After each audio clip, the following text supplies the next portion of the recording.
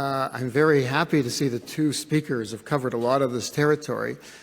If you're feeling overwhelmed, it is tough. This is a tough subject, and so I'm going to be somewhat repetitive, and that's not a bad thing on this subject. So many of the concepts are going to be the same with a slightly different slant because I'm going to have the heart side in it. Because I was thinking initially of specifically treating a patient with heart disease, the question I asked first, and I would always ask at the bedside, is why is this person intubated? And I'm going to think of left ventricular failure first.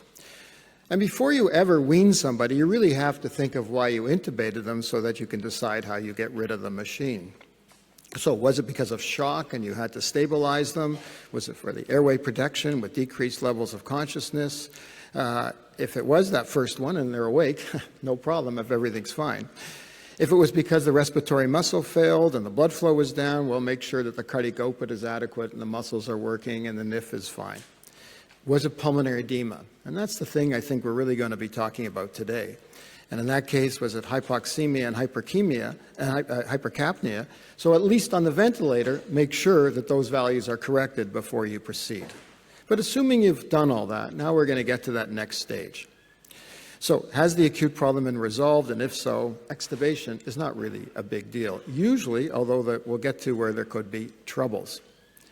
So fix the cardiac, if it's a cardiac problem, fix it, revascularize if necessary, correct fixable cardiac problems. Is there an acute valvular disorder? Correct arrhythmias, make sure their hemoglobin is adequate, especially if the coronary circulation was a problem.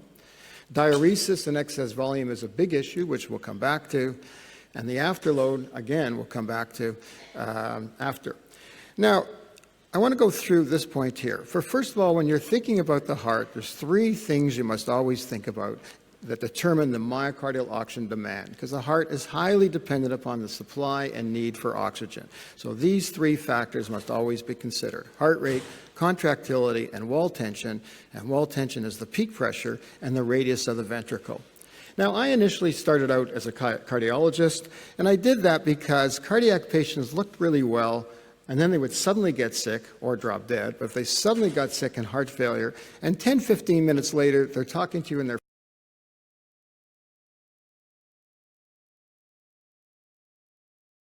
fine and they're okay. So it was a nice, clean area. Somehow I took a side road to the ICU and lost all that. But that was my original thought. And the mechanism for that quick turnaround is something like this.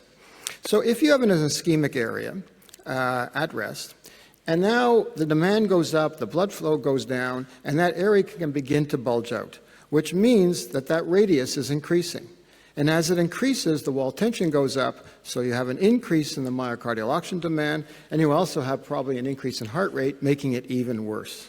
So if you can decompress that heart so you don't have that distension, nitroglycerin, diuretics, or as we're going to talk about with positive inspiratory pressure, and you shrink it back and bang, they're well and fine, and very quickly, which is quite dramatic often, because you've decreased the myocardial oxygen demand. Now, we've talked about this point about CPAP. I used this paper, which clearly is not the first one, but it was the first one in a big journal, so it was easy to read, but looking at using CPAP to actually treat patients with heart failure by Andrew Burston. And this really did begin to change management. I thought it was interesting to look at the characteristics of the patients in this study. These people, look at their demands. First of all, they're breathing at 32 a minute. PCO2 is high. Heart rate, 115. Systolic pressure, 170. So the demands on these hearts was really substantial. In his study, the whole point was the CPAP prevented intubation, but 7 patients were still intubated, and that's what I'm supposed to talk about, is dealing with those patients. But I think the number of patients that are truly intubated for heart failure are dramatically decreased because of this kind of therapy, certainly from when I trained. This just shows his figures with respiratory rate, PCO2, FiO2, and pH, and the point was that those treated with CPAP all corrected faster. They either die or they correct faster. Now, also looking at those patients, I just took the average numbers. I didn't use any standard deviations here. But I also was interested at looking at this. In the group that got CPAP, with the CPAP treatment, the respiratory rate was still 26, the heart rate 104, and the systolic pressure still 145. So there's still actually a fair load on these hearts going on. And you definitely would want to correct these before you moved on. Now, you saw this figure already because it is such a classic figure, and it is really the story that I'm supposed to tell now. So luckily, Antonio's gone through this, and he's going to save me a lot of time, but the key point again was this dramatic rise in wedge pressure, or pulmonary artery occlusion pressure, when they weaned this patient for about 9 minutes. So a dramatic rise in pulmonary artery occlusion pressure. So what did positive pressure actually do in these patients? So to know this, we've already addressed the issue of the venous return curve, cardiac function curve, and together they form the working cardiac output and the working right atrial pressure. Important point on this is there's a limit to venous return, as Antonio said, when the veins collapse, entering the thorax, and there's very important limit on the cardiac function curve. So let me go through what happens with a normal breath, and then we'll work through what happened with ventilation and then taking it off. So cardiac output, right atrial pressure. I start off with my cardiac function curve, starting slightly to the negative value because the heart's in the thorax, and when you're breathing spontaneously at functional residual capacity, FRC, the chest is slightly negative. So the heart's a little bit negative relative to the rest of the body. And here's a venous return curve intersecting this. So when you breathe in, your heart becomes more negative relative to the rest of the body. That decrease in right atrial pressure relative to atmosphere allows more to come back, as you've already heard. So if we look at the transmural pressure across the wall, this was the starting value, but on inspiration, you have an increase in the pressure going from where it's empty to where it's filled. So there's a greater pressure across the wall of the heart during inspiration, and that's why the cardiac output is higher. Now, what about LV failure? Well, now the curve is flatter. You probably retain more fluid, so the venous return curve is shifted to the right. And now with each breath, what ends up happening is you end up with this more flattened curve, a higher mean systemic filling pressure, bigger swings with each breath. So if we look at the transmural pressures, we start off with a bigger value, and with each breath, now they're getting really large. So all those effects you've been hearing about become exaggerated. There's a much bigger increase in the transmural pressures across the heart, whether the right side, left side, or both. So we add positive pressure. So when we add PEEP, that's just before even a breath, we now make the heart more positive relative to the rest of the body. So it's moved to the right. So we have a decrease in output with a rise in right atrial pressure relative to atmosphere. And then with each breath, that gets even more so. And now you get down to very small outputs on each breath. So if we looked at the transmural pressures, this is what we started with. We added PEEP, we reduced it, and now with each breath at the peak of inspiration, the transmural becomes very small, and so does the cardiac output. So the body compensates, you contract the venous capacitance, the venous return curve shifts to the right to help restore some of that cardiac output into a level that is more manageable for the rest of the body. So that would be the standard in this person. Fine, you got everything okay, you fix the person, and you're ready to wean. What happens? So now we're starting from this curve over to the right. So what happens now, first of all, we have this higher mean systemic filling pressure and volume. So you're sitting with more volume in the system. As Michael said, you need that volume when you're on the ventilator. If we remove the PEEP, that drifts us back to the left. Then you have spontaneous efforts with or without the machine, and each of those is taking you further to the left. So let's look at the transmural pressures. So the transmural pressures, this is where we started after the PEEP, and with each breath, we're getting this huge change in transmural pressure. Now what the PEEP did, first of all, it almost makes the right ventricular volumes zero. So this would be, this is the right ventricular volume pressure loops, and this is the left ventricle. So just adding a positive pressure on each breath, as you saw, that output was really low. The right ventricular ejection is pretty close to zero if it's a really big, really high positive pressure. This is with a positive pressure. The left heart doesn't see that because you have what I call pulmonary buffering. You have a volume in between with the lungs that can keep your left side not dropping as much. Otherwise, you'd be fainting every time we raise positive pressure. Now, this comes back to the effect of the negative pressures and the load on the left heart. So this paper I published in 1983. In fact, I actually did it in 1978, the same day Michael did his study, because we had the same influence for this. And I did the pressures, he did volumes. Personally, I think the pressures give you more information, even though his was in the New England Journal, so it looks better. But anyways, Michael.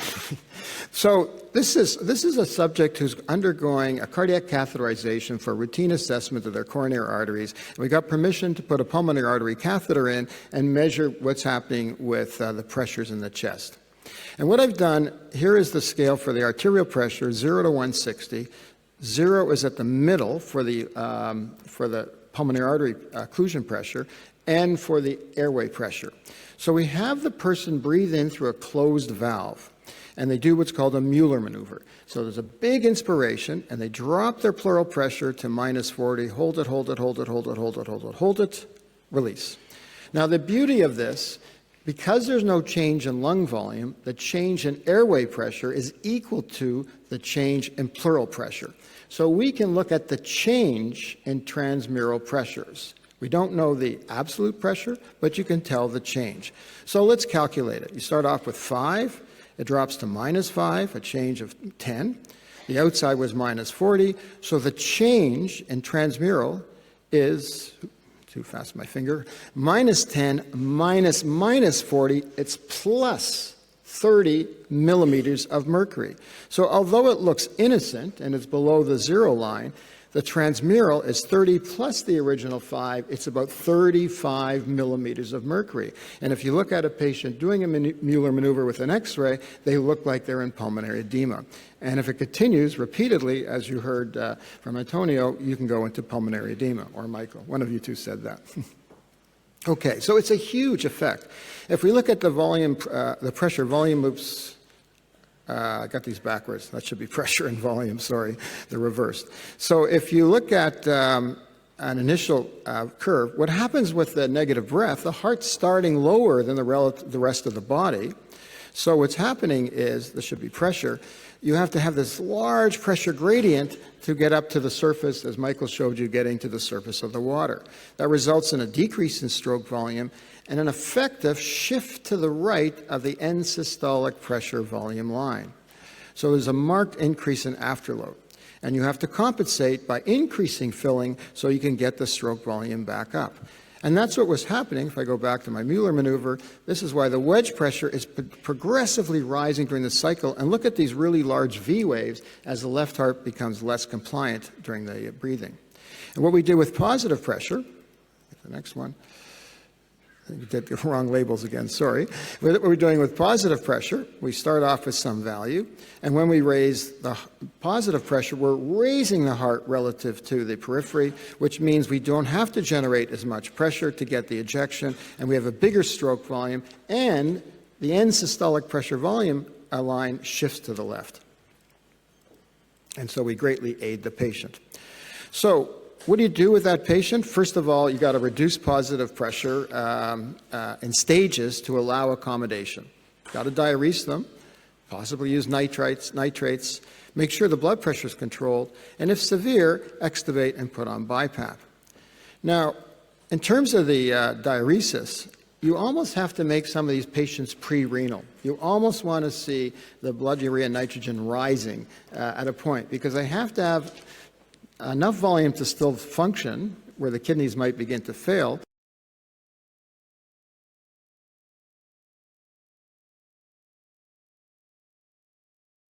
But when you take them off, they're going to have too much volume, and that transition is very tough. And the BiPAP certainly can be helpful when you have to. Now, the question is, why didn't preload decrease in these patients with the positive pressure, and we're reducing it? Well, that's because a lot of it's wasted preload. So as long as you're on the plateau of the cardiac function curve, decreasing that transmural pressure does not change output until you hit the steep part. So other things you can do, well, sedation is important because if they get anxious and they start pulling, that's a big issue.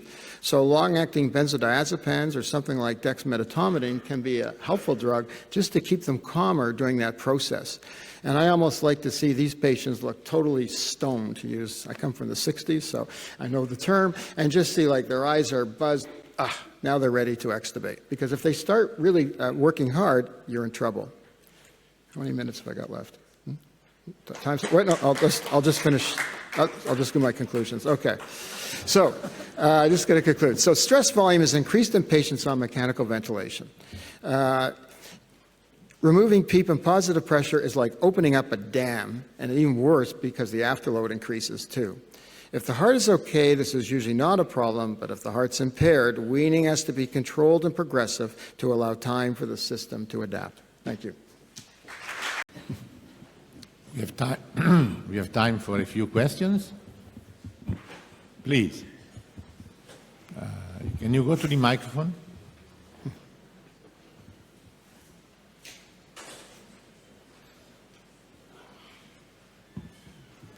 On the meantime. Thank you. My name is Bastian. I'm from Indonesia. What I want to ask you is, weaning failure due to respiratory problem is a problem, and in COPD patient, how we resolve this problem, because there is increasing transpulmonary pressure. Thank you. Well, it's essentially the same. I mean, so in COPD, the problem is you're getting the bigger swings. In the heart patient, the swings gradually get bigger as the heart fails. So really the same principles. The heart has to be adequate volumes. You have to do it in steps. In the COPD patient, though, especially, and those patients, I find it's really essential to sedate them so they don't start breathing too fast. Because as soon as they breathe rapidly, they air trap. As they air trap, the compliance goes down. As the compliance goes down, the swings go up, the work gets worse, they get panicky, and they crash. So in those patients, you really have to, I find sedation is probably the most important to get them off the tube. If there are no other questions, I will ask you something about positive pressure and venous return. About what? Positive pressure and venous return.